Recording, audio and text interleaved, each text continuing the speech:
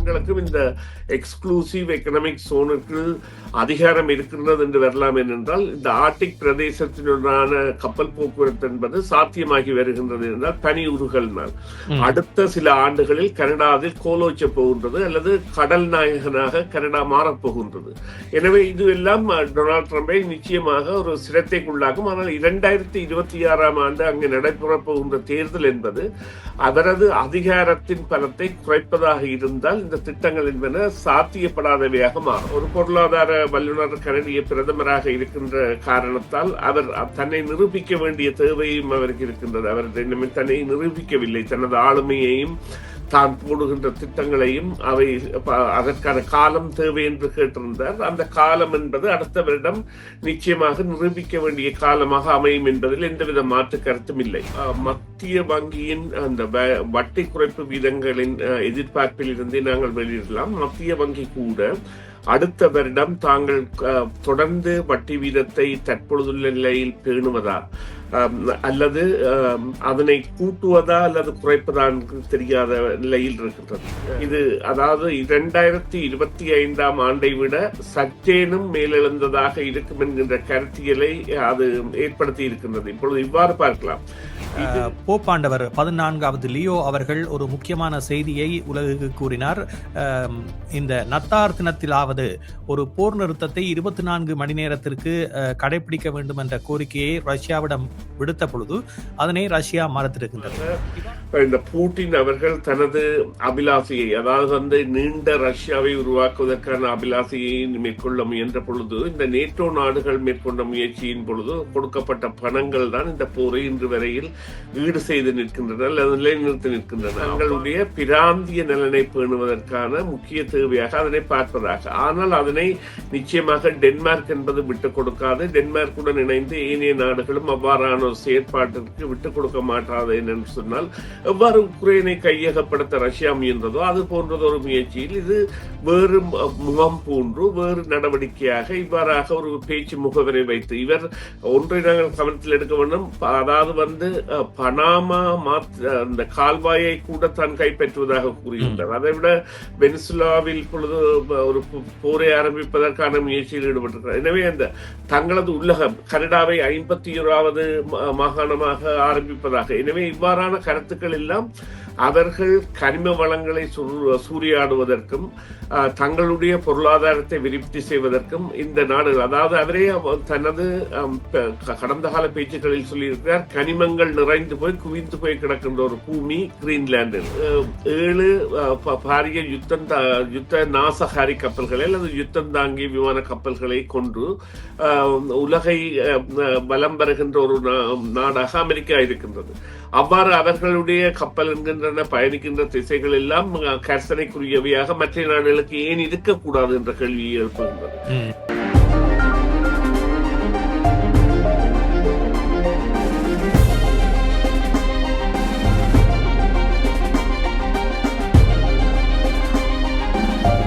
வணக்கம் நேயர்களே, உங்கள் அனைவரையும் மீண்டும் செய்தியின் பின்னணி நிகழ்ச்சியில் சந்திப்பதில் மிக மகிழ்ச்சி அடைகின்றோம். இன்றைய செய்தியின் பின்னணி நிகழ்ச்சியில் கனேடிய பொருளாதாரம் அடுத்த ஆண்டில் எப்படி இருக்கும் என்ற கேள்விக்கு பலரும் தற்பொழுது தங்களுடைய கருத்துக்களை தெரிவித்துக் கொண்டிருக்கின்றார்கள். நடைமுறை விடயங்களை வைத்து பார்க்கின்ற பொழுது அந்த நிலை என்பது எந்த அளவுக்கு செல்லப் போகின்றது என்ற கேள்வி பலர் மத்தியிலும் எழுந்திருக்கின்றது. இது குறித்து நாங்கள் பேச இருக்கின்றோம். அதே நேரத்தில் டொனால்ட் ட்ரம்ப் அவர்கள் மீண்டும் சர்ச்சைக்குரிய கருத்துக்களை தெரிவித்திருக்கின்றார்.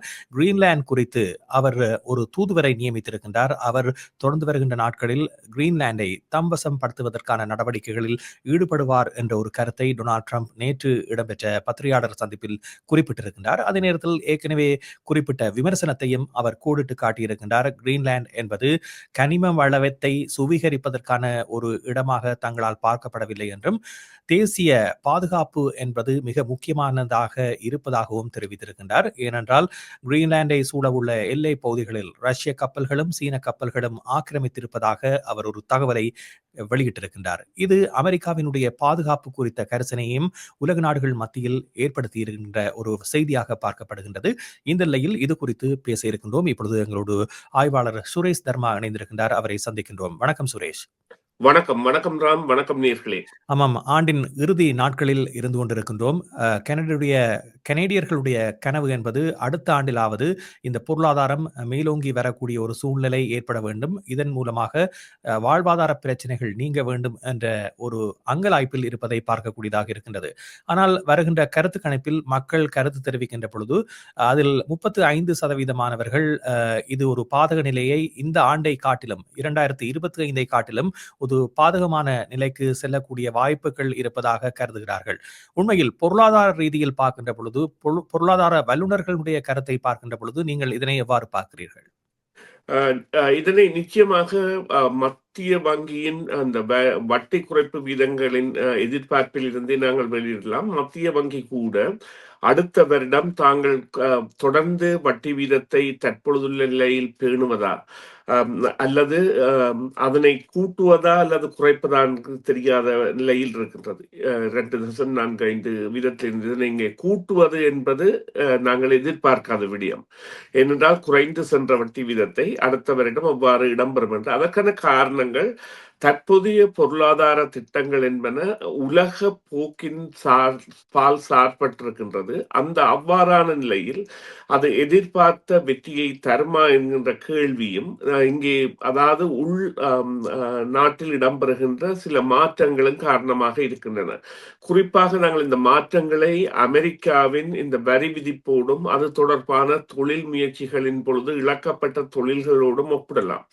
குறிப்பாக இந்த உலோகம் சார்ந்த தொழில்களோ அல்லது வாகன தயாரிப்பு சார்ந்த தொழில்களிலோ ஏற்பட்ட இந்த வேலை குறைப்பு அல்லது ஏற்பட்ட வீழ்ச்சி என்பதை நிவர்த்தி செய்யக்கூடியதாக மற்ற துறைகள் அதற்கு ஏதுவான வளர்ச்சியை அடையுமா என்கின்ற கேள்விதான் இங்கே முன்தங்கி நிற்கின்றது. இருந்த பொழுதிலும் இதற்கான ஒரு விதியை இட்டது அக்டோபர் மாதம் அளவில் ஒரு அன்னளவாக அல்லது சராசரியாக சென்று கொண்டிருந்த பொருளாதாரம் என்பது நவம்பர் மாதத்தில் சற்றே வீழ்ச்சி கண்டது. இதற்கான காரணமாக இருந்தாலும் இதனை தற்காலிக ஒரு வீழ்ச்சியாக கருதுவர்கள் கூட இருக்கின்றார்கள் என்றால் திட்டங்கள் நடைமுறைப்படுத்தப்படுகின்ற பொழுது அவை ஏற்கனவே வகுக்கப்பட்டபடி அவற்றின் பலாபலன்கள் இருக்கும் என்று குறிப்பாக பார்த்தீர்களானால் வரவு செலவு திட்டத்தில் அறிவிக்கப்பட்ட பல விவகாரங்களும் நடைமுறைப்படுத்தப்படாதவையாகவும் அல்லது பாராளுமன்றம் என்பது ஒரு நீண்ட காலத்திற்கு ஒத்திவைக்கப்பட்ட ஒன்றாகவும் இருக்கின்ற ஒரு காரணங்களை இட்டு இவ்வாறான கேஷங்கள் வெளிவருகின்ற பொழுதிலும் சாதாரணமாக பொருளாதார வல்லுநர்களின் கருத்தியலின்படி நிச்சயமாக இது அதாவது 2025 ஆண்டை விட சற்றேனும் மேலெழுந்ததாக இருக்கும் என்கின்ற கருத்தியலை அது ஏற்படுத்தி இருக்கின்றது. இப்பொழுது இவ்வாறு பார்க்கலாம். இது கனடாவிற்கு மாத்திரமா இவ்வாறான நிலை என்றால் இல்லை. இது உலகில் உள்ள பல நாடுகளுக்கும் இவ்வாறான ஒரு எதிர்பார்ப்பினையும் ஒரு தேக்க நிலையையும் ஏற்படுத்தி இருக்கின்றது. அவ்வாறான ஒரு பாதிப்பில் கனடாவும் அகப்பட்டிருக்கின்றது. இருந்த பொழுதிலும் ஒரு பொருளாதார வல்லுநர் கனடிய பிரதமராக இருக்கின்ற காரணத்தால் அவர் தன்னை நிரூபிக்க வேண்டிய தேவையும் அவருக்கு இருக்கின்றது. அவர் தன்னை நிரூபிக்கவில்லை. தனது ஆளுமையையும் தான் போடுகின்ற திட்டங்களையும் அவை அதற்கான காலம் தேவை என்று கேட்டிருந்தார். அந்த காலம் என்பது அடுத்த வருடம் நிச்சயமாக நிரூபிக்க வேண்டிய காலமாக அமையும் என்பதில் எந்தவித மாற்று கருத்தும் இல்லை. ஆமாம். இதில் இந்த புறக்காரணிகள் மிக முக்கியமானவையாக இருக்கின்றன. இன்றைய தினம் கூட போப்பாண்டவர் 14வது லியோ அவர்கள் ஒரு முக்கியமான செய்தியை உலகுக்கு கூறினார். இந்த நத்தார் தினத்திலாவது ஒரு போர் நிறுத்தத்தை 24 மணி நேரத்திற்கு கடைபிடிக்க வேண்டும் என்ற கோரிக்கையை ரஷ்யாவிடம் விடுத்த பொழுது அதனை ரஷ்யா மறுத்திருக்கின்றது. இவ்வாறான ஒரு நாள் போர் நிறுத்தத்தை கூட ஒப்புக்கொண்டு அதனை மேற்கொள்வதற்கு தயாராக இல்லாத நாடுகள் சமாதானம் என்ற ஒரு இலக்கை நோக்கி எவ்வாறு பயணிக்க போகின்றன? உலக நாடுகளின் பொருளாதாரத்திற்கு இது ஒரு பெரிய பிரச்சனையாக மாறியிருக்கின்ற சூழல் என்பது எதிர்வரும் ஆண்டில் எவ்வாறு கையாளப்படும் என்று நீங்கள் நினைக்கின்றீர்கள்? இல்லை, இது தீர்த்து வைக்கப்பட வேண்டிய பிரச்சனை என்பதில் சகலருமே தற்பொழுது ஒரு இணக்கப்பாட்டிற்கு வந்திருக்கின்றார்கள். இது ஒரு உலக அரசியலின் பங்கு. உலக அரசியலின் பங்கு இல்லாமல் இந்த போர் என்பது இடம்பெற்றிருக்க முடியாது. நிச்சயமாக இந்த பூட்டின் அவர்கள் தனது அபிலாசையை, அதாவது நீண்ட ரஷ்யாவை உருவாக்குவதற்கான அபிலாசையை மேற்கொள்ள முயன்ற பொழுது, இந்த நேட்டோ நாடுகள் மேற்கொண்ட முயற்சியின் பொழுது கொடுக்கப்பட்ட பணங்கள் தான் இந்த போரை இன்று வரையில் ஈடு செய்து நிற்கின்றன அல்லது நிலைநிறுத்தி நிற்கின்றன. அவ்வாறான நிலையில் அவற்றை தீர்ப்பதற்கான முயற்சியில் அமெரிக்கா ஈடுபட்டு வருவதற்கான காரணம், தொடர்ந்தும் அவர்களால் இந்த பணத்தை செலவழிக்க முடியாத நிலை. எனவே அந்த போர் என்பது நிச்சயமாக தீர்த்து வைக்கப்பட வேண்டிய நிலைக்கு வர வேண்டும் என்று சொன்னால், தற்பொழுது ரஷ்யா கூட இவ்வாறான விட்டுக் கொடுப்புகளுக்கான அந்த ஒரு விடாப்பிடியை மேற்கொள்வதற்கான காரணம், அவர்களுடைய பொருளாதாரம் கூட வீழ்ச்சி அடைந்துள்ளதாகவும், அவர்கள் கூட இந்த படையினரை தொடர்ந்தும் இவ்வாறாக ஈடுபடுத்த முடியாத நிலையில் அவர்களுடைய படை என்பது பலவீனப்படுத்தப்பட்டதாகவும், அல்லது வேறு நாடுகளில் இருந்து அவர்கள் கூட படையினரை பெறுவதாகவும், குறிப்பாக வடகொரியா உத்தியோகபூர்வமாக கொடுக்கின்றது போர் வீரர்களை, மற்ற நாடுகளில் இருந்து இவர்கள் கூலிக்கு போரிடுகின்ற 5ஆம் படையினரை தயார் செய்து அவர்கள் அங்கே போரிடுகின்ற அளவிற்கு அல்லது முன்னரங்குகளில் பணியாற்றுகின்ற அளவிற்கு நிலைமை என்பது சென்றிருக்கின்றபடியால் அதில் மாற்றம் பெற வேண்டும். அல்லது இந்த மாற்றம் பெறாவிட்டால் உலக பொருளாதாரம் என்பது இன்னும் மந்தநிலைக்கு செல்லும் என்பதில் கூட ஐயமில்லை. அதே போலத்தான் மத்திய கிழக்கு போர் கூட இந்த எரிபொருள் விலை உயர்வு போன்றவற்றிற்கான அடிநாதமாக அதுதான் திகழ்கின்றது. அல்லது பொருட்களின் வெளியேற்றம், பாதை தடங்கள் போன்றவற்றிற்கானதாகவும் இருக்கின்றது. மனித நேயம் என்பது தொலைக்கப்பட்ட ஒரு விவகாரமாக இருக்கின்றது. எனவே இந்த விவகாரங்களில் நிச்சயமாக அமெரிக்கா தலைமையிலான இந்த மேற்குலகு தங்களுடைய ஒரு இறுக்க நிலைக்கு வர வேண்டும். அதில் ரஷ்யா அவ்வாறு செயற்பட போகின்றது என்பதுதான் இங்கே முக்கியமாக உள்ள கேள்வி. என்றால் பூட்டினுக்கு தற்பொழுது உள்ள ஒரு பெரிய சாதகமான சந்தர்ப்பம், அமெரிக்கா தனது தலைமையை இழந்து பிராந்தியத்தை கவனிக்க தொடங்கிவிட்டது. உலக தலைமை என்பதை தவிர்க்கின்றது, அல்லது உலக தலைமைக்கான போட்டி என்பதில் அல்லது போட்டி இல்லை.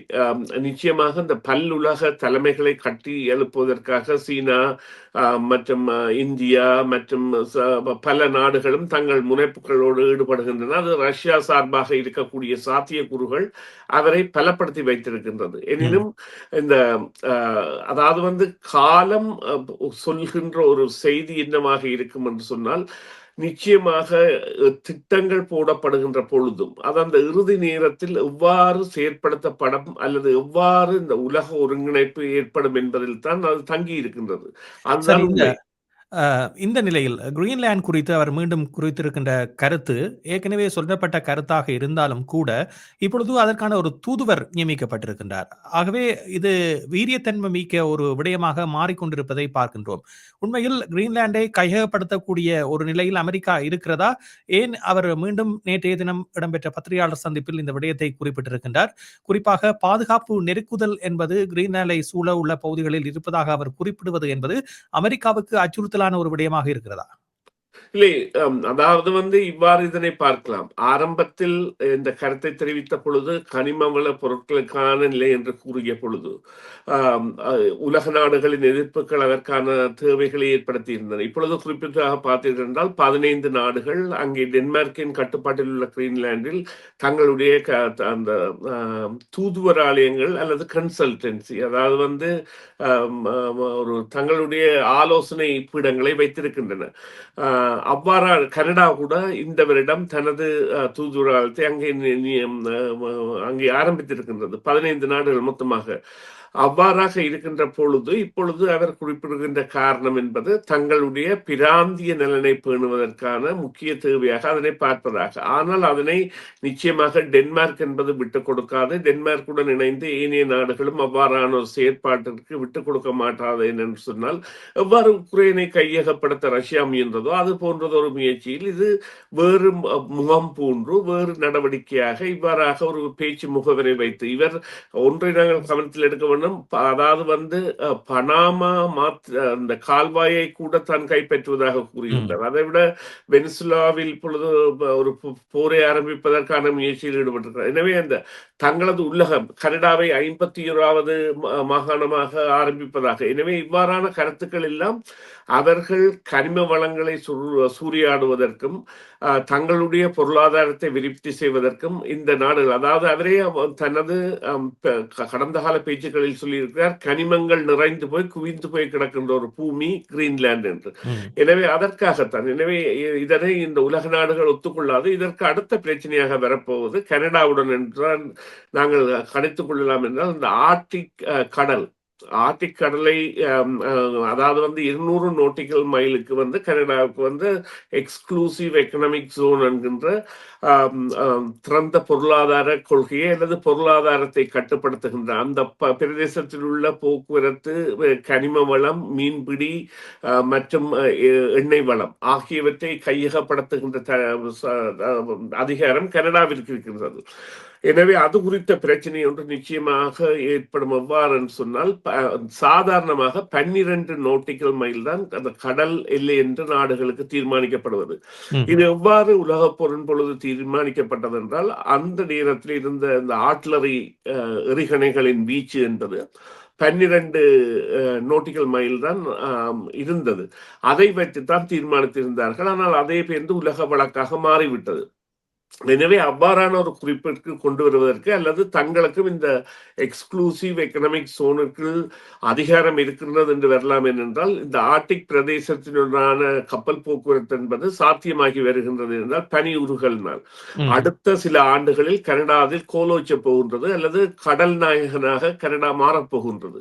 எனவே இதுவெல்லாம் டொனால்ட் ட்ரம்பை நிச்சயமாக ஒரு சிரத்தைக்குள்ளாகும். ஆனால் 2026 ஆண்டு அங்கு நடைபெறப் போகின்ற தேர்தல் என்பது அவரது அதிகாரத்தின் பலத்தை குறைப்பதாக இருந்தால் இந்த திட்டங்கள் என்பன சாத்தியப்படாதவையாக மாறும். இப்பொழுது ரஷ்யா மற்றும் சீனா 2 போர்க்கப்பல்களும் எல்லையை சூழ இருப்பதான ஒரு செய்தியை அவர் குறிப்பிடுகிறார். இதனை இந்த நாடுகள், சம்பந்தப்பட்ட நாடுகள் எவ்வாறு பார்க்க போகின்றன?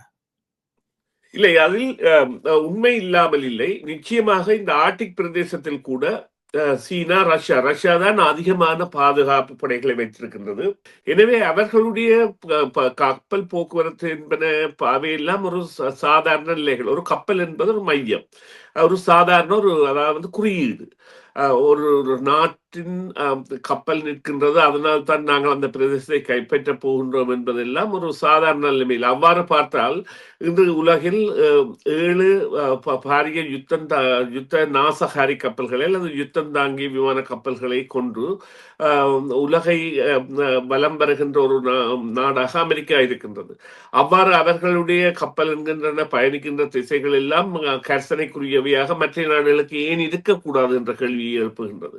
எனவே இந்த கப்பல்கள் நிற்கின்றன. ஆம், பாதுகாப்பு சிரத்தை இருக்கின்றது. ஆம், சீனா நிச்சயமாக தனது மூக்கை நிலைக்கின்றது என்பதில் எந்தவித சந்தேகமும் இல்லை. ஏனென்றால் அவர்கள் கூட எதிர்காலத்தில் எவ்வாறான இப்பொழுது இருக்கின்ற இந்த சந்ததிக்கான நடைமுறைகளாக இந்த நாடுகளும் தங்களுடைய திட்டங்களை கொண்டு செல்லவில்லை. அவர்களுடைய திட்டங்கள் என்பது நிச்சயமாக அடுத்த சந்ததிகளுக்கான ஒரு வழிதேடலாக. இப்பொழுது இவ்வாறு கூறலாம், இந்தியா கூட இந்த ஆர்டிக் பிரதேசத்தில் தனது ஆய்வு நிலையங்களை அமைத்திருக்கின்றது. ஏற்கனவே அதனை வலுப்படுத்துகின்ற நடவடிக்கையில் ஈடுபடுகின்றது. அதனை இந்தியாவின் வெளிவிவகார அமைச்சர் எவ்வாறு கூறுகின்றார் என்றால், அதனை தாங்கள் எதிர்கால சந்ததியின் நலன் குறித்து தாங்கள் அந்த முயற்சிகளில் ஈடுபடுகின்றோம் என்று. எனவே இவ்வாறான முயற்சிகள் என்பன தொடர்ந்தும் செல்ல போகின்றன என்பதில் எந்தவித சந்தேகமும் இல்லை. இது நிச்சயமாக அமெரிக்கா தனது பிராந்தியத்தை, அதாவது உலக ஒரு போலீஸ்காரனாக இருந்து அதிலிருந்து மாறுபட்டு தற்பொழுது மீண்டும் தனது கட்டுப்பாட்டிற்குள் தனது பிராந்தியத்தையாவது வைத்திருக்க வேண்டும் என்கின்ற ஒரு குறுகிய மனப்போக்குகள் மத்திய நாடுகளுக்கு அழுத்தம் கொடுக்க முயல்கின்றது. இது எங்களுக்கு இன்னொரு பாதிப்பை கூட ஏற்படுத்தலாம். குறிப்பாக இந்த அல்பர்டா தொடர்பான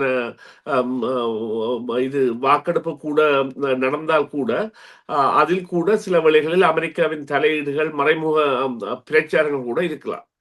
நன்றி சுரேஷ். நிகழ்ச்சியில் கலந்துள்ளமைக்கு உங்களுக்கு நத்தார் புது வருட வாழ்த்துக்களை தெரிவித்துக் கொண்டு இன்றைய நிகழ்ச்சியில் இருந்து விடைபெறுகின்றோம். மீண்டும் மற்றொரு சந்தர்ப்பத்திலே பேசுவோம். ஆம்ராம், உங்களுக்கும் நேயர்களுக்கும் நத்தார் மற்றும் புது வருட வாழ்த்துக்கள். மீண்டும் இன்னொரு நிகழ்ச்சியில் சந்திப்போம். CMR யூடியூப் சேனலில் இணைந்திருக்கும் நேயர்கள் அனைவருக்கும் எமது நன்றி. காமெண்ட்ஸ் பகுதியில் உங்கள் கருத்துக்களை தெரிவிக்க தவறாதீர்கள். முக்கிய செய்திகள், காணொளி தொகுப்புகள், நேர்காணல் என பலதரப்பட்ட அம்சங்களையும் உங்களுக்காக தருகின்றது CMR யூடியூப் சேனல். சிஎம்ஆர் என்று சர்ச் செய்து எமது யூடியூப் சேனலை சப்ஸ்கிரைப் பண்ணுங்கள். உங்கள் உற்றார் உறவினர் நண்பர்களோடும் இந்த காணொளி தொகுப்புகளை பகிர்ந்து கொள்ளுங்கள். அருகில் இருக்கின்ற முக்கிய காணொளி தொகுப்புகளையும் தவறவிடாமல் பாருங்கள்.